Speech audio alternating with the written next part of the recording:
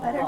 And for those of you that are in the room, as well as everybody that is online, to the first Texas Women's Foundation major in-person event in over 2 years. I really cannot believe it's been that long. We're so happy that you're here with us. My name is Dina Jackson. I'm the Chief Operating Officer at the Texas Women's Foundation. And I'm really excited about having you all here today to help us celebrate a culture of belonging as well as women's leadership. Now, before I introduce our two great speakers today, I want to address all of you that are online. And I really hope that you will engage with us as well as each other using the chat feature that I think is in the bottom right-hand corner of your screen. So please interact, let us know what you're thinking. And then as we get towards the end, we're going to be doing questions, and I'm really going to work as hard as I can to get to your questions as well as those from people here in the room. So also, there's a lot going on right now. We actually have 2 sessions going on at this moment. But don't worry, because you're not going to miss it. All of the sessions for this afternoon, as well as dinner, are going to be recorded, and you'll have access to those for the next 7 days. There'll be an email that comes out tomorrow so that you'll make sure you've got your unique code, and I hope that you'll come back to listen to some of the speakers that you weren't able to hear, because you're here with us right now, which is where you need to be. So first of all, I want to introduce our Maura Award recipient, which is Pat Jasso. Pat Jasso retired from AT&T after 35 years, and she also served 15 years as an Air Force Reserves. She's currently the coordinator of Can We Talk, which is a coalition of more than 65 organizations that plan events around Women's History Month, as well as Women's Equality Day. She concluded her tenure as vice chairwoman of the San Antonio Water Systems Board in May of 2020. And currently serves on the boards of St. Luke's Lutheran Health Ministries, Select Federal Credit Union, the Mitchell Lake Audubon Center, Annie's List PAC, the San Antonio ISD Blue Ribbon Task Force, and is a member of the San Antonio Livestock Expositions International Committee. She is an instructor for Senior Planet and was inducted into the San Antonio Women's Hall of Fame in 2005 for her volunteerism. Also joining us today for this interview is Nina Vaca. Nina is chair and CEO of Pinnacle Group, and with over 20 years of experience, she has truly innovated IT staffing and global workforce solutions. Nina is an extraordinary community volunteer, both locally, nationally, and even abroad.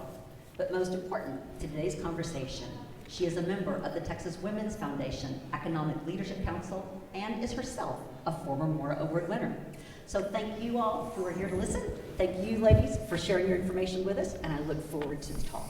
Well, thank you, Bea. Thank you for that kind introduction. And Pat, might I say, wow, what a beautiful career. All your work, your excellence in your career, your leadership in your community, the very deserved Hall of Fame. I want you to know you're a woman after my own heart. So I'm very honored to be able to moderate this beautiful conversation today. My hope and my goal today is to just have a real, authentic conversation with a real, authentic leader, learning from her journey, and then later honoring her rightfully so. So can we talk? Absolutely. Let's go. So as Bea said, my name is Nina Vaca. I'm proud to be associated with the Texas Women's Foundation. My purpose is improving lives. Not transforming them, I want to improve them. And that is why I'm partnered with the Texas Women's Foundation, because it gives me an opportunity to meet women and to engage with women just like you. So hopefully today we will get the chance to inspire many other women in your journey. Are you ready? I'm ready. Let's talk. Okay, first question out of the gate. I want to talk about your leadership journey. Tell us how your professional career at AT&T led you to supporting other professional women in the corporate sector and in political office. So I have to start out by telling you that my journey at AT&T sort of coincided with my joining an organization called the Business and Professional Women's Organization of Texas, and national and international.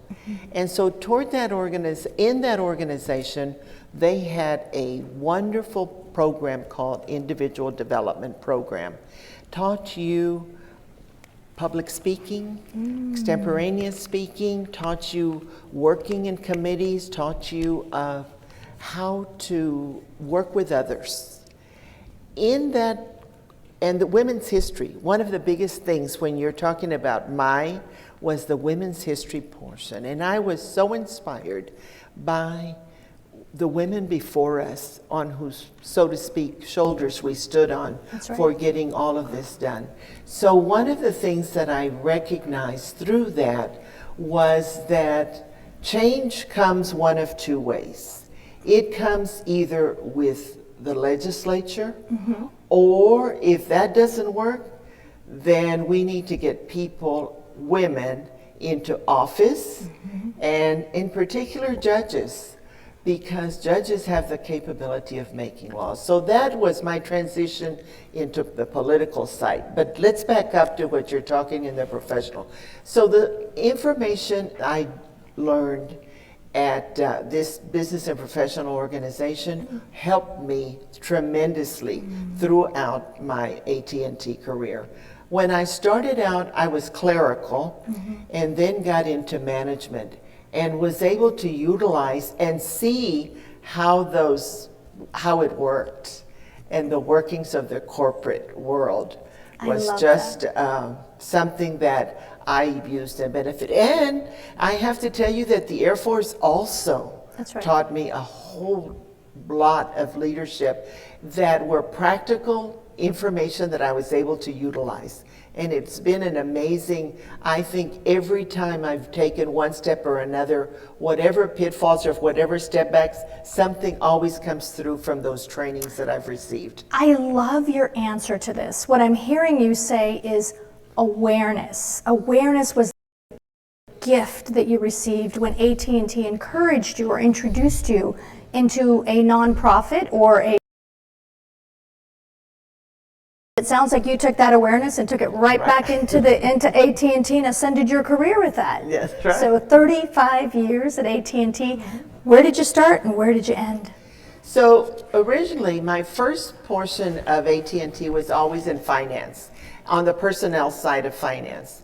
So the majority of my and was in San Antonio. I never had to leave anywhere, never had to, I stayed there.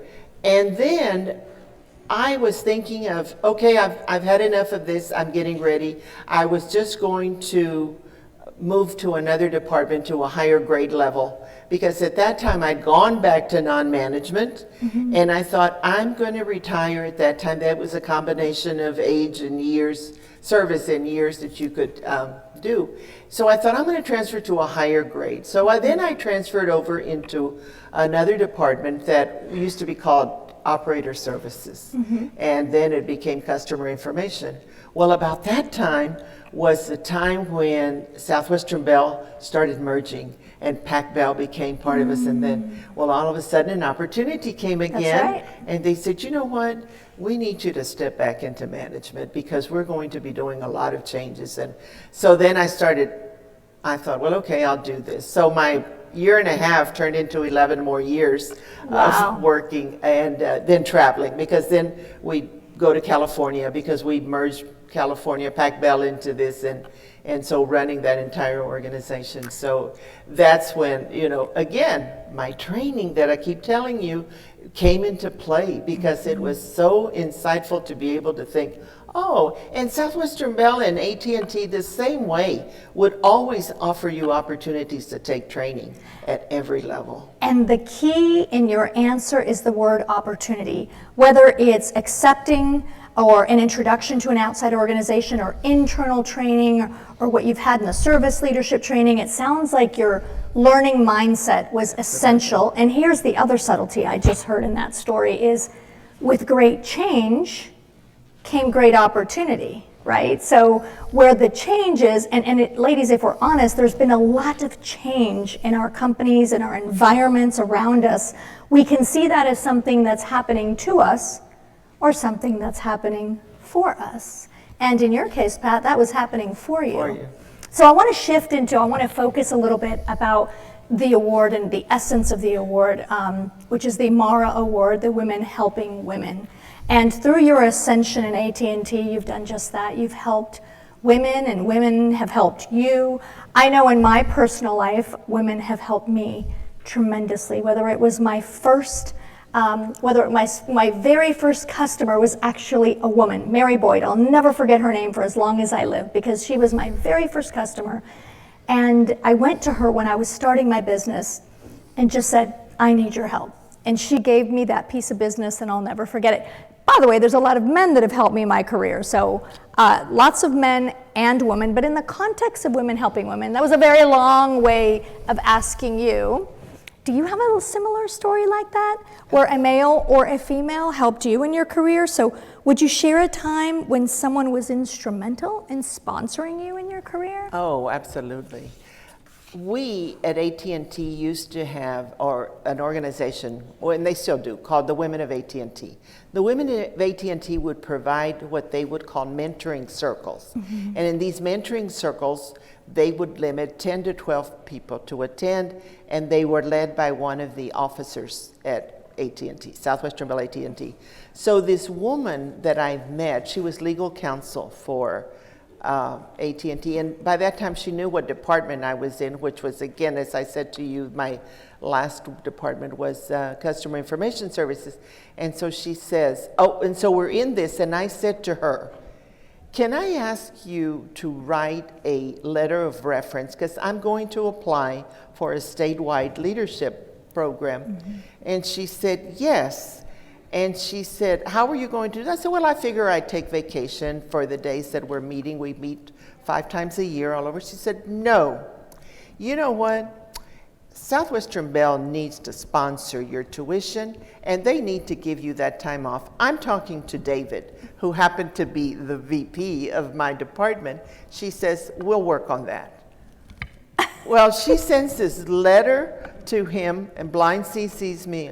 Next thing you know, he's walking into saying, I understand that you've been recommended for this, and I'm saying that, okay, it's happening, and I love that. You can do that. And the other thing that he said, which I remember, you know, thanks to Priscilla, of course, but Mr. Huntley as well, said, you know, you come recommended for this, and so because of that, I expect a lot, and I know that you're going to be doing a lot of good in this community.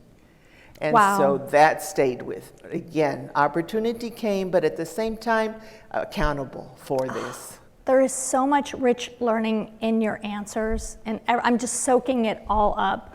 First and foremost, take advantage of ERG groups, roundtables, anything your organizations are doing to promote women. So that was step number 1. Here's step number 2 I heard in your answer was, have the courage to ask. I mean, how many times the skill, and I've learned this in my own life, and I'm still working on this, by the way, the skill and the courage to ask for help is a skill we all should learn. And, you know, I won't ask for a raise of hands, but I know you're out there. We don't ask for help.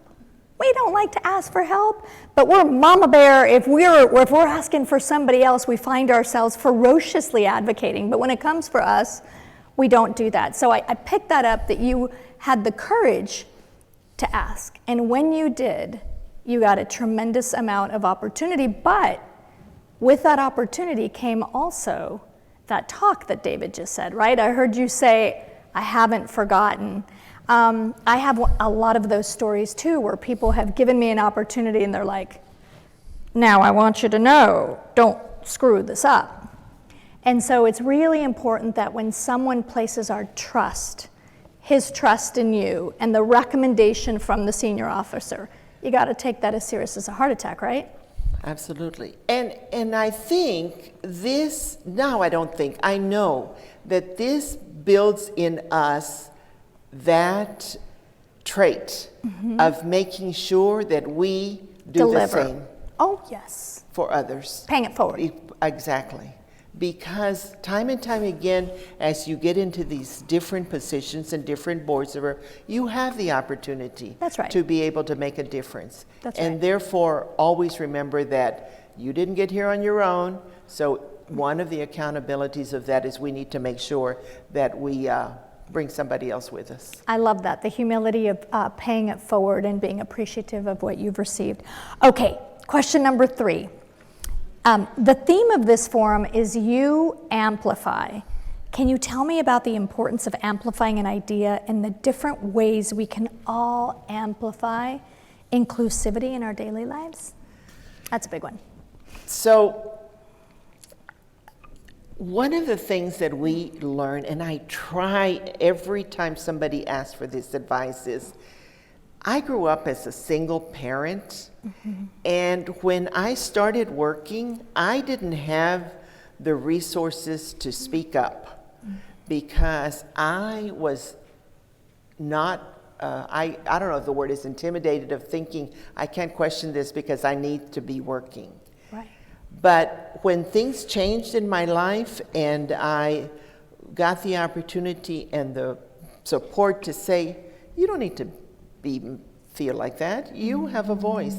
So I always try and make sure that when we're talking to other women, it's like, you do not need to put up with that. You know, there's plenty of resources out there that'll give you the support that you can amplify your voice. And if something is not right, by all means, you have the right to do something.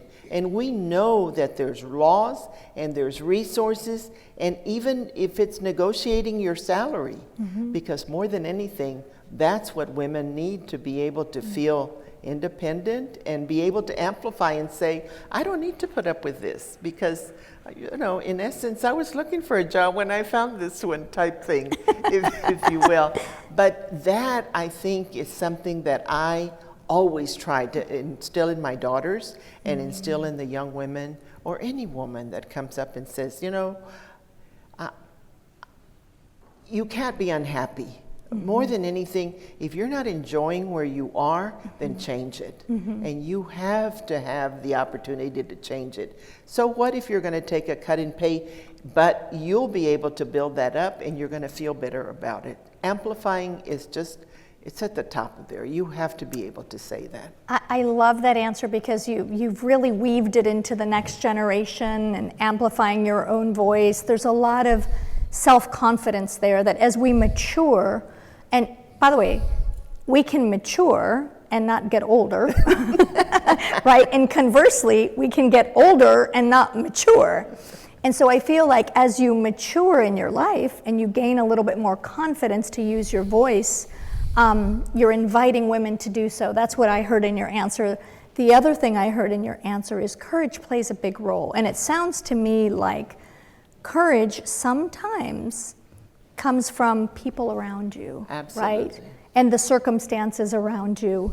Once you knew you had a stable home, once you knew you had stability in different areas in your life, whether it's women around you, it could inspire you to be more courageous because you know that if you fail, you have people that can catch you. That was really beautiful. I'm getting so many nuggets of information already. I'm supposed to be interviewing, I'm learning over here.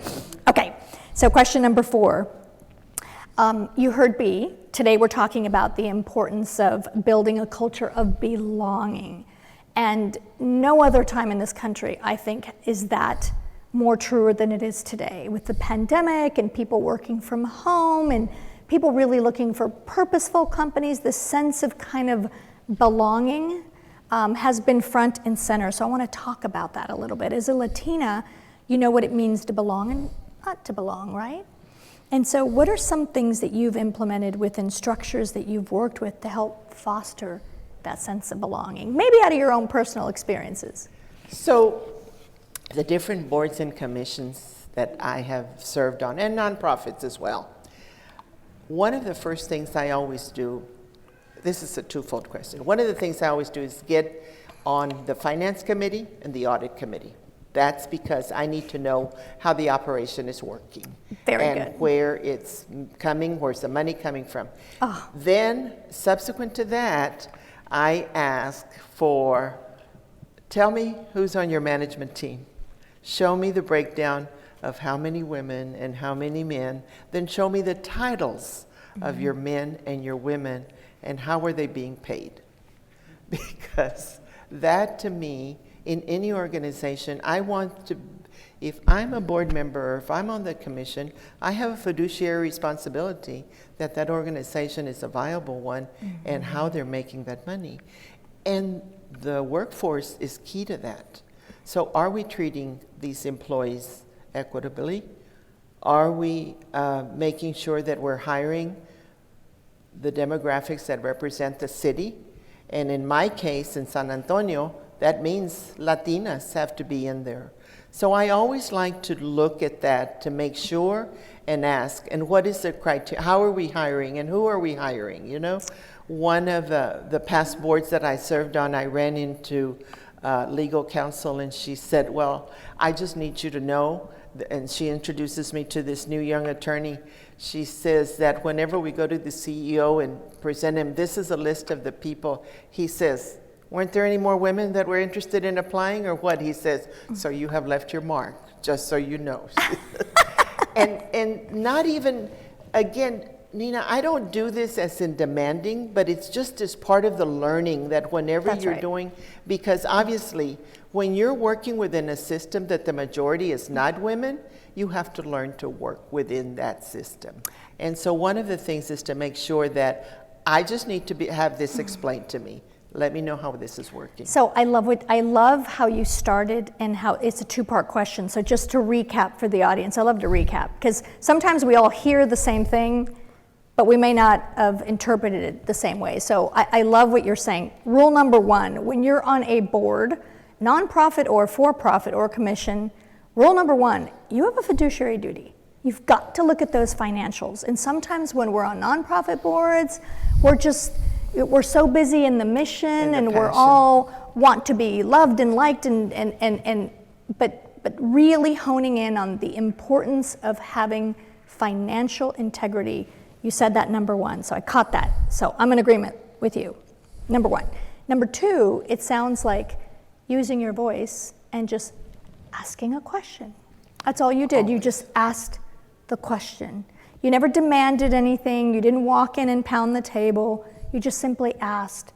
And you asked it in a way where you said, teach me, help me understand how we hire women, who we have, and what we're doing here. I love that. I call that finesse. And ladies, we have the opportunity to have finesse when we're advocating. There is a time, an era, and a place for pounding our hands on the table. I personally think that is an approach, and a necessary approach, and a necessary time. But the times of today, we can all have finesse and just simply ask the question, and you'll get the same result, right? You'll get the information that you need. So I'm loving all this. I want to dig a little deeper into that. Can I do that? Because I want people, my goal is for people to leave here with good, tangible, yummy, practical information that they could go out and execute on in their everyday lives. So let's talk practicality. I want you to share some tangible leadership skills that our audience can bring back to their own environments, their own communities.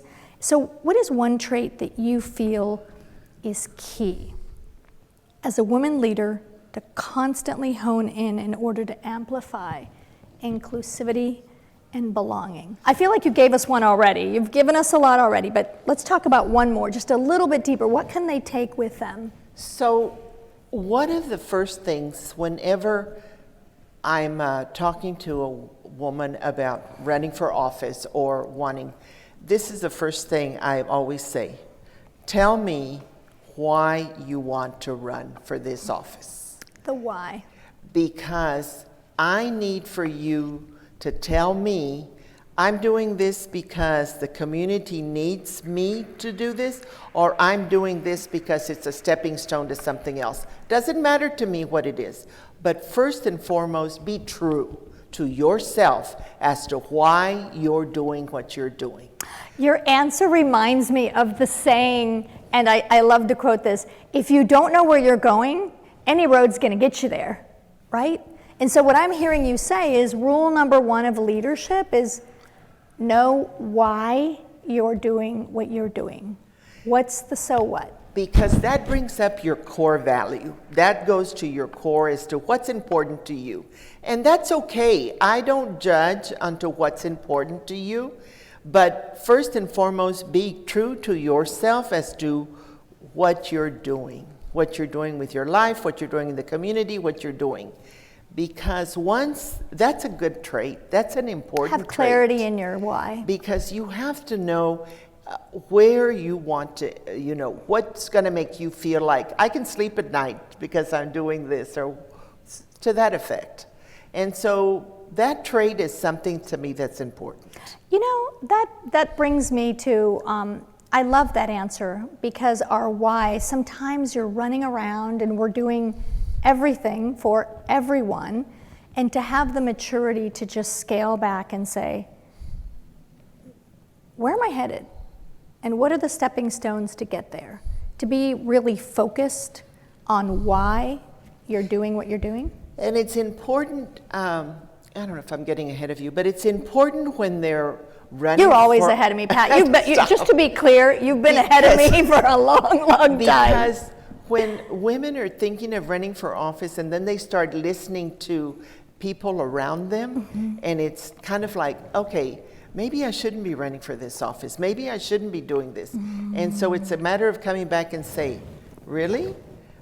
Because you told me that you wanted to do this. What do you want to do? Do you want to do something else? No, this is what I want. Then don't listen to this. Remember that these people around you have different agendas. We came here because you wanted to do something. I got it. I pulled out I pulled out what we wanted, something we could put in our pocket and immediately be effective tomorrow. What you're talking about is commitment. Is figuring out your why and then staying committed to it, irrespective of the advice or the complaints or the unsolicited advice or the solicited advice. But what I'm hearing you say is once you figure out your why, it gives you the ability to just be so committed to that in a beautiful way. That's excellent. So I have one more question for you before we open it up to our audience. And that is, you've been able to serve on many boards and the Water Commission and even rise to the occasion of chairman. And so what advice can you give our women out there in the audience who are interested in serving in a board or a commission or maybe even running for office? I do feel that it's important when we serve on these, that boards or commissions, you bring somebody else with you on this board or on this commission, because so many times I've heard the term, well, they haven't paid their dues, and so they're not ready for this. I heard that. Right? And so I think my advice to anyone is, okay, you're serving on this and you've done it, you need to share that. You need to bring that, because it only makes you stronger when you are more inclusive and inviting others to be part of that. Because I love that saying that, I don't know who said it, if you're not at the table, you're on the menu, So we need to make sure that we bring those other women to this. I love that. And you know what? You answered it in a very different way, but I want to bring that back to tethering to the question of what can you tell us if we want to serve on a board? And what I heard you say is boards are about personal recommendations and recruiters. So be the kind of person that brings other people along and it sounds like what you're telling me. I say it in a different way, but it's the same answer, and that is make deposits in the bank of relationships. Take other people with you. Be the kind of woman that lifts other women up. And that is going to prepare you to be top of mind when someone is looking for a board position. And so you told it in a different way, but I think that's a beautiful answer, because table stakes is being prepared for board service. That's table stakes, building your career, getting the skill set to serve on the board. But remember, you're going to be recommended or nominated. And so being a woman that is known for giving back. I have one final question for you before I open it up to the audience. I lied, I thought we were in a final question, but this is a curiosity point, and I think women would really enjoy hearing this last and final question, and that is, What does winning the Maura Award mean to you? You know, when I saw the history of this woman, who I had never heard before, and the work that she did in starting that foundation and helping start this group, it's amazing to me. And it just resonates with what we're doing. And this organization, when I look at all the research and all the studies and the resources that they're providing to women, how can you not be proud of that? Huh? How can you not be proud? It just means a lot to me because it kind of, as I said to you, it goes to the core of what I've been doing. Women helping women is where it's at. It is what you've done your entire life. And so I just want to tell you personally how honored I am to have had this conversation with you from one Maura to the next. You have well deserved this honor. I can't wait to see it amplified in a beautiful way. And there's no better organization to do that than the Texas Women's Foundation. Can we open it up to the audience for a couple more minutes? B, you're up. Yes, excellent. Thank you so much once again, Nina and Pat. Yeah, that's so cool. And so we've got a microphone here in the middle of the middle aisle. If anyone has a question, this way everybody that's at home can hear your question as well. And then as we've got any questions that come up from online, I've got someone that's going to be helping me with those as they pop up. So please, yes ma'am, thank you. So I'd like to know how the pandemic affected the why. You sort of, you have to have a why in life. How did the pandemic affect that for you? Pat, the honoree. Oh, so I'll tell you that this pandemic, I know we're sad about what's happened and what's caused, but I tell you what, this has provided me another opportunity of what I want and what I was sharing with the group before we started. That Tuesday, it's like everybody's in this meeting revenge mode right now that you can come meet. On Tuesday, I had 5 different meetings, one right after another, some concurrent, and 2 of them in person. One I was teaching, and then the other one was my board meeting for my Brooks. And so okay, I did those. I mean, one was at 10 and one was at 11, and I mean, like 7 minutes away, and I did that. But when I got through with that, for my third one, I had a link. And so I did that link-wise. And then I was supposed to have a grant review committee for my health care, and I called the executive director. I said, you know what? I am not going across town and then come back for a 1:30 meeting where I have to do an interview. I'm on a search committee for replacing our Planned Parenthood CEO and having a 1:30 first interview. And I said, no, send me the link. She says, well, we're at so-and-so. I'll add you on there. That has made me like, I like this. And some of these board meetings, guys, at the risk of telling you, some of these people I don't really want to be around, so I just as soon do a Zoom and block my view whenever they start making their remarks and just, oh, did I say that out loud? No, this isn't being recorded. Yeah, but the interview's only going to be online for 7 days. So to that end, to your point, I'm sorry, but I like this part of it because it gave me one more venue to decide. I just got a new appointment which is, in my mind, the Commissioner's Court appointed me to the hospital in San Antonio, the Bexar County Hospital District Board of Managers. Well, that's a tremendous, that type of budget, I've never even thought about it. But as a result of that, because here's the other thing that's important, the mama bear part that Nina, we want to do everything and we want to help everything. And it made me come back and say, you know what? I am not having room for all of this on my plate. So I'm having to let go of a lot of things because to prioritize. I want to be effective. And so therefore, that is such a beautiful answer. Prioritize to be effective. And so therefore I'm doing, getting, some of them I'm terming off, and others I've made the conscious decision, we need to find somebody to replace me on this board because I need to concentrate. Because I'm retired. Hello. Ooh, next question. So I loved your comment about if you don't have a seat at the table, you're on the menu. I know how I interpreted that. I would love to know your interpretation. Because the decisions that are being made at the corporate level or on boards and commissions or something affect you.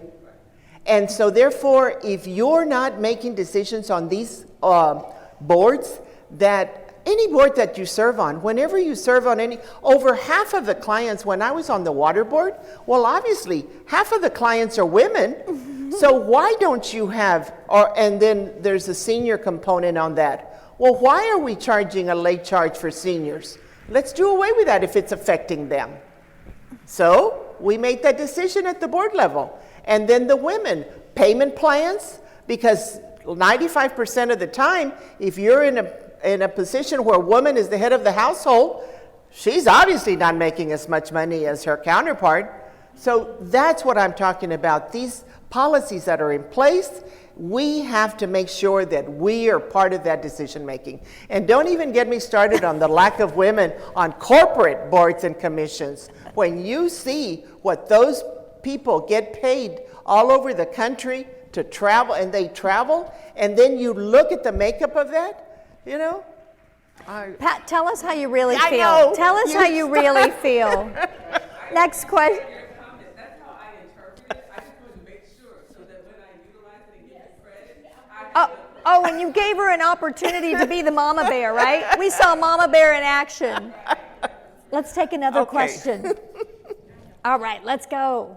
And Pat, there, I think it's also important that the research is so clear, right? That diversity on the board is better for the entity and the corporation. So it's so clear. And I'm going to plug this before you start. Let me talk about this. AAUW, American Association of University Women, write that down. That group does the best job at wage studies and wage gaps. And in fact, they have a program called Work Start, which is a negotiating skills. You can get it online for free, but they also offer it. In San Antonio, the Mayor's Commission on the Status of Women paid for that license, and they did it in every one of the single districts. Now, they have one called Work Start for college women.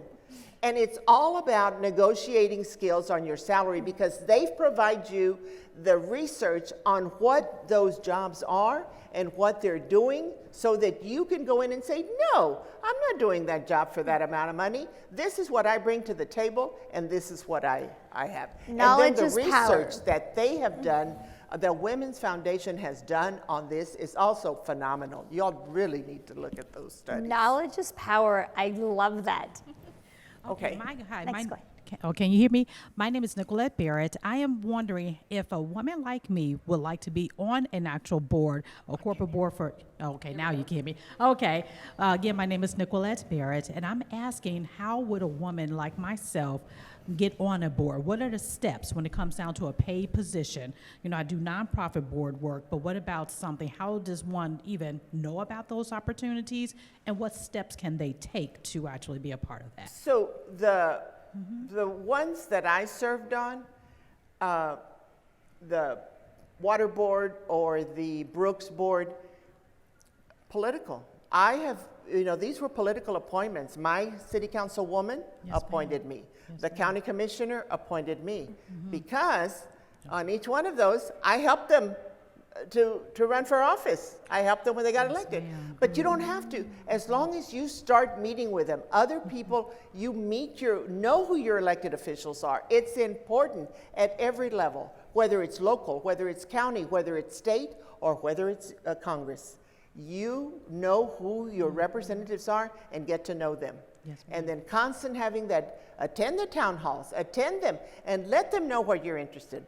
The congressman that I had before wouldn't even think of having a breakfast without having somebody say, let's have Pat Jasso at that breakfast, because of the issues that are affecting all of us, health, wage gap, economic development, he's gonna hear my opinion. So you amplify yourself by doing that. On the corporate boards, that's connections, and that's like, Networking. that's Nina's field. Well, what I would say to you, and thank you for throwing me the ball, teamwork makes the dream work. I feel like there are two steps. Number one, there is preparing yourself to serve, and you're doing a great job by serving on nonprofit boards. You don't go from no board, no governance experience at all to a publicly traded company board. At least I haven't seen it. And so preparing yourself, understanding governance, and when you're in that nonprofit world, again, you're there for governance. So are they having audits, the financial integrity, all these things. So you're learning, preparing your skill set. Not all board members are alike. Really understanding what types of skills are corporate boards looking for today. You don't have to be a board member to be a member of the NACD. The National Association of the Corporate Directors is a national organization. It is an umbrella organization for all directors of publicly traded companies or private. They all have regional councils. So there's one in Dallas. It's called the NACD in Dallas. And there's one focused on women. Start going there and meeting. There's women that are looking for other women. It's much like everything else, it's networking. So preparing yourself. I personally did a governance course. When I decided I was serious about serving on a publicly traded company board, I set out and I gave myself 10 years to do it. And it took me 10 years to do it. It's not going to happen overnight. So I went to governance training. It happened to be at Harvard, but there's plenty others that you can do. NACD has a program itself. And then the other is what Pat said. There's two ways to get on a corporate board, a publicly traded company board. Number one, personal connections, staying top of mind. I love what you said about staying top of mind, using your leadership in something other than your day job, getting that awareness and that networking. Two is a professional recruiter. There's lots of professional recruiters that are specifically, now with the laws changing in California, they're looking for you. So my personal experience, I haven't used a recruiter. Mine have been on personal recommendations, but why not, if you know both avenues are open, why not do both? I will tell you that one of the courses, I've attended several of the courses at this NACD. Cybersecurity is trending. If you get yourself well-versed in cybersecurity and accounting, obviously always accounting, get yourself really skill set of finance, they like that. And then a woman of color, and like she says, the California had that law, was it 2020 or 2030, that 20% or 30% of their corporate boards needs to be women. So you need to make sure that you're networking in the right pond.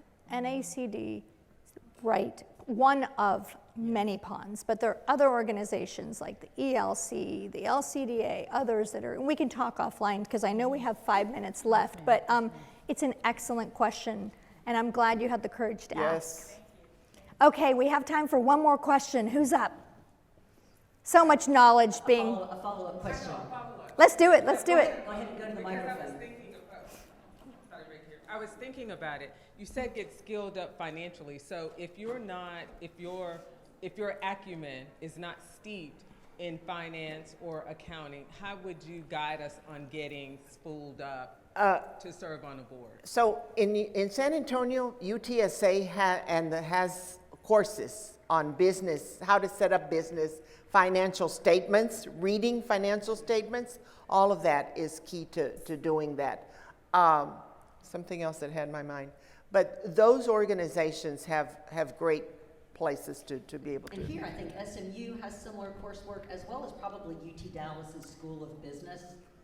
For me, it's not, it's coursework is a piece of it, but the other piece is what your occupation is being really good at that, whether it's entrepreneurship, whether it's risk, whether it's cybersecurity, whether it's human resources, whether it's talent acquisition. All of these skill sets are important in a board. And by the way, there is diversity of thought, right? What have your experiences been? So I always tell people, I have this thing about being crazy good at what you do. Focus on really expanding your personal career in whatever area that is, how it could be helpful to the company. And remember, publicly traded company boards aren't the be-all. I have a friend who just joined a private company. It's a venture-backed company, and she's financially going to do so much better because she's joining the company when it's private. It's eventually going to go public. You know, everybody wants to serve on the board of the household name. Why? Why? So I go back to your why. Why are you doing this? If it's about money, you could make a lot more in a private board or a venture-backed board, or maybe there are other avenues. Once you figure out your why, then you've got options. If not, you're just going with habit, with whatever someone told you. Actually serving on a board is extremely challenging and time-consuming. And so sometimes, I say this in entrepreneurship, you gotta know why. The why is so important, and it gives you choices. But with 2 minutes left, oh, we have another question? Let's go ahead. One more question. Thank you for sharing. This has been very enlightening to me, but I had a coaching session earlier today, and I was asked a question from my coach. And she asked me the question about, what does your life mean to you? I currently serve, I'm the president of our HOA board, and like you guys say, serve on a board. But when you're serving on a board, when it's a volunteer board, it's even more challenging to get the troops around you. Get the troops gathered around you, especially in a volunteer situation, especially with where I live, and have everybody buy into that. So I do want to ask each one of you, what does your life mean to you? Because we've heard so many great nuggets today. I just want to take away that from this session. Pat? How do you get others? I missed that last part. How do you get others? Oh. So,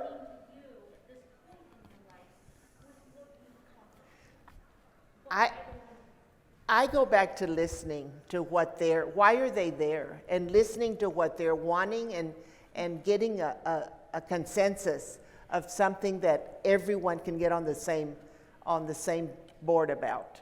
Because that's, if they're coming from different areas, I don't know. But once you hear if you're the chair, and once you hear what they want, that's my key, that's my offer to you, is we have to find out what is there, why are they there? You know what I love about your question? My first board was my HOA board. So I was immediately tethered to you because of that. And you're absolutely right. I did my time with nonprofit boards, and you are not at your own company. You're the boss or you're the manager. People will listen to you. On a nonprofit board, it's volunteer, so you're not the boss of them. You have to inspire and enroll them. And so that helps you become the type of leader that inspires and enrolls people. And how do you do that? You tie it to a purpose and to a mission. So it's no longer about you, the person, or how you feel about your life. It's about the mission and the accomplishment. It's so much bigger than you. And so for me, that small HOA board, painting a vision that everybody can participate in, that honed my leadership skills. And so that was my nugget that I would offer you, is that, and what does my life mean to me? Gratitude.